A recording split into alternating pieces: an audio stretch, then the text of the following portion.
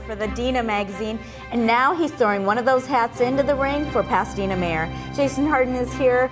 You're going to tell us why you're running. I mean, you have quite a life story. How do you think that's going to serve you if you were to become mayor?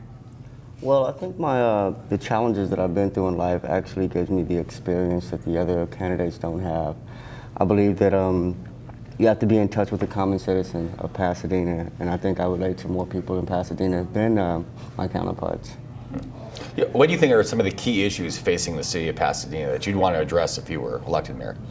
Definitely public safety. The rise in violence in my community, particularly the Northwest, that has to be addressed. I believe that we have to offer more services and resources to the folks that need them most. And as mayor, I plan to connect the citizens that are in most need of these services to the resources that are available. You know, just recently with the number of shootings that happened in the area, gang-related shootings, and now it's coming out that the city isn't able to recruit as many police officers. What do you think the city needs to do to address this? To be honest, I believe that our hiring practices have to be, reassessed.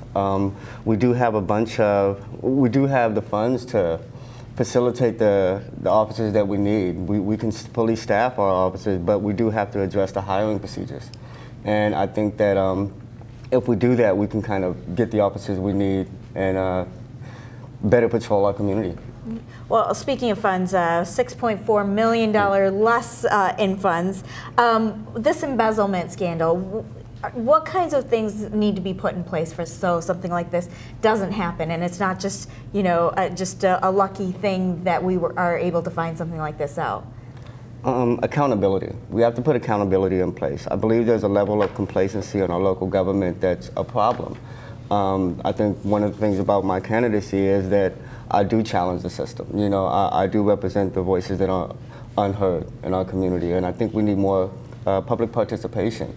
And once we start paying attention to these issues and we start being more involved and more proactive in our government, we can start catching a lot of these issues and a lot of these problems that we're dealing with. Yeah. Now, earlier, I heard you say more resources. When I hear that, I think higher taxes. Are taxes too low in Pasadena right now? It's not just taxes. I believe in gaining resources, we have to explore more than just taxes. There's a lot of sources of funding. There's a lot of non-traditional sources of funding that we can take advantage of, sources such as crowdfunding, such as, social media, gaining awareness, and a lot of tapping into our affluent residents in Pasadena and the affluency of our city. Right. Crowdfunding city-provided public services, is that what you're suggesting? Yeah, that's something I haven't heard of before. Well, you know what? I believe things such as housing and things of that nature, we can actually gain a lot of funds through the private sector, and I believe that is a very viable resource. Okay, now where do you stand on the 710 freeway extension?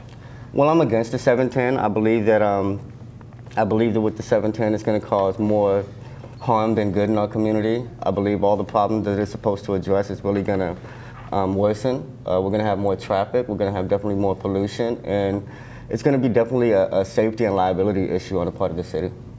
Now, just talking about some of the funds that it requires to run a campaign, some of those funds were just revealed recently, and you've said that you aren't going to spend more than $1,000 on the campaign, while someone like Don Morgan's raised about $100,000. How serious do you think you can run this campaign? Is there something else you're trying to get, some other voice you're trying to get out there? Well, I believe with my candidacy, there's a lot of things I'm trying to accomplish. Definitely community participation is one of them. I definitely want people to become more involved and more aware of the issues.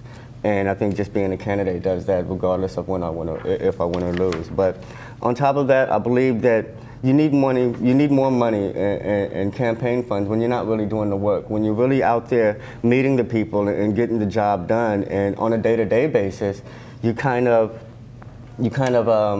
don't need those extra, a ridiculous amount of money to spend on your awareness campaign. I believe that I'm doing the work and that I'm actually known in all the communities. And people are connecting with yes. you. Okay. Well, thank you, Jason, for coming out and for being a part of the process. Yeah, thanks so much. Thank you for having me.